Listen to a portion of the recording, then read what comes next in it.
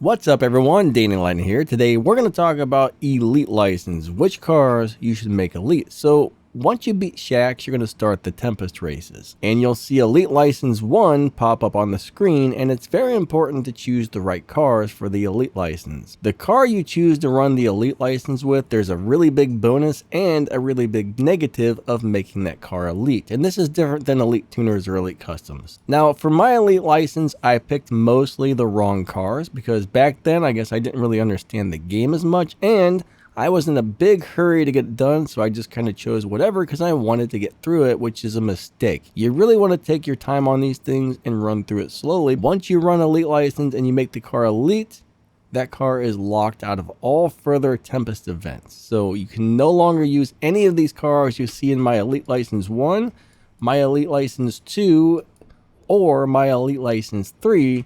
All these cars are now locked out of Tempest. When you make one of these cars Elite by running the license, you get a big 10% respect point bonus. So every time you win a live race, that car is going to earn an additional 10% respect points to help your crew earn a bunch of prizes and whatnot. If you choose a crappy car that can't win live races, then you waste that bonus on a piece of junk car, and well, I chose all the wrong cars. If you choose a really good live racing car, then bam! You got a live racing car that earns 10% extra RP, which is actually a pretty big deal.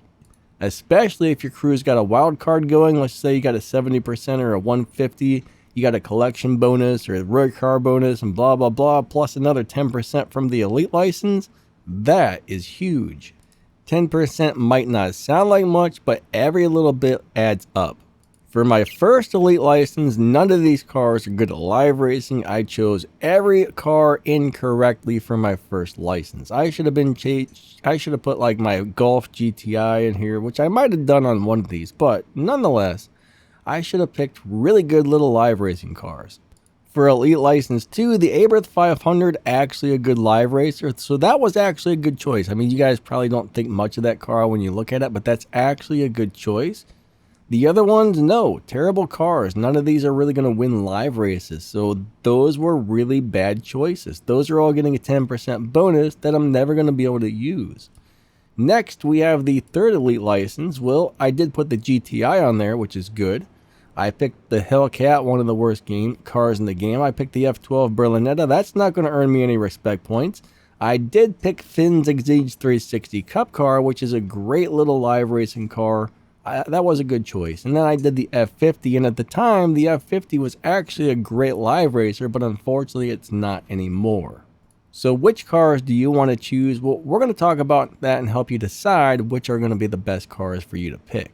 When it comes to Tier 1, Tier 2, Tier 3, you're probably not going to be doing a lot of Tier 1, Tier 2, and Tier 3 live racing, but it's still good for that. But we're mainly going to go over the Tier 4 and Tier 5 cars that you should probably pick for this. One of the cars that are most recommended to Elite in Tier 5 is the McLaren F1. So you might want to wait till you get this, because if you Elite this car, it's going to earn more RP than any car in the game. So giving it that extra 10% bonus on top of that, this car earns huge RP for live racing on, you can set this on stage 5 and it's easier to drive. It doesn't machine gun shift and it wins live races. So this is a great one to pick.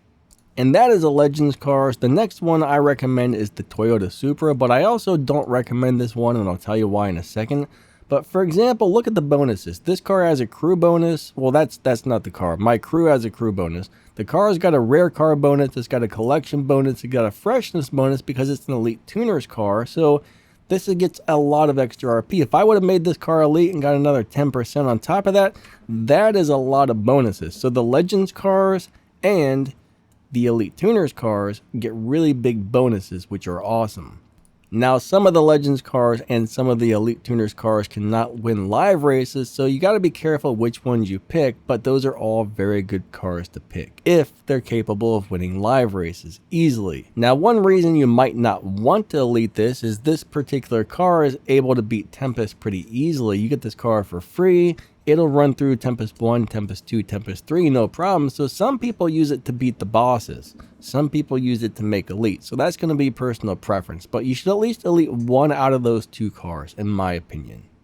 I think another really good car to Elite would be the Elite Tuner Skyline. That is a really, really nice little car. I like that one a lot. It does great on live racing if you set it up correctly. It earns a lot of RP, so that's another really good choice. So for Elite License 1, 2, and 3, those are some cars I would consider.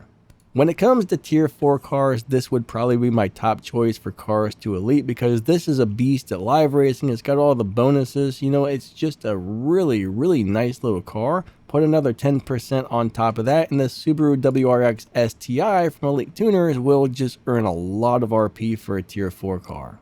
The Nissan Juke may not look like much, but I know a lot of people probably have this. It's not super hard to get, but this particular car has some sort of weird thing where you set it up on tier 4 and it just wins live races even though it shouldn't. So this would be a good car to Elite, even though it doesn't look cool to some people. So other cars that would be good to Elite would be like my Regera or my Gamera. I drive those a lot in live racing. The Bugatti Bollide's really good at live racing. Any of these good live racers would be excellent cars to make Elite. I mean, that's really what you want to do, is pick the best live racing cars, and that's really all there is to it. The Elite Tuners and the Legends cars can get some really big bonuses because they're part of a collection, and as you upgrade those collection cars, you get more and more bonuses. But any 4 or 5 star car, you know, that does good at live racing is going to do really well as long as it wins live races and you think you're constantly going to live race that for years to come. Those are the good cars. Those are the cars you want to choose. The ones that do well, earn nice RP, and you think you're going to continue to live race them for a long time from now. There's no real other bonuses other than you're going to gain 10% respect points, but it will be locked out of Tempest. Once you make one of these cars Elite, it is from now on completely locked out of Tempest, and you'll never be able to run any Tempest races. You won't be able to beat the boss with it, and you will not be able to run a second Elite license with it. So think about that before you lock something in or run the time trial with it.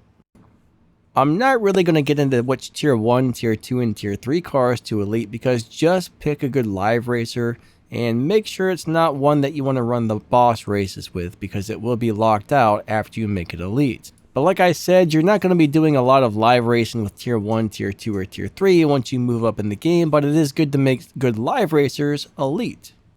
I think that's pretty much it. I don't want to make this video any longer, so if you guys enjoy CSR2 content, guides, tutorials, how to drive different cars, stuff like that, hit that like button and subscribe so you can see more of this, and don't forget to click the little bell and set the notifications to all. If you would like to help support the channel, there's a join button or a thank you button down below the video, or if you drop down the video's description, you'll find more ways to help support the channel, like the Amazon affiliate link, the Waves plugin link. If you buy some of those, you can dial in that pro quality audio sound. Yeah.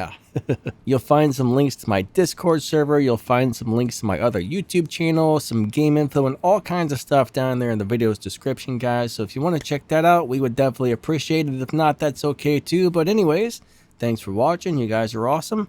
Lining out. See ya.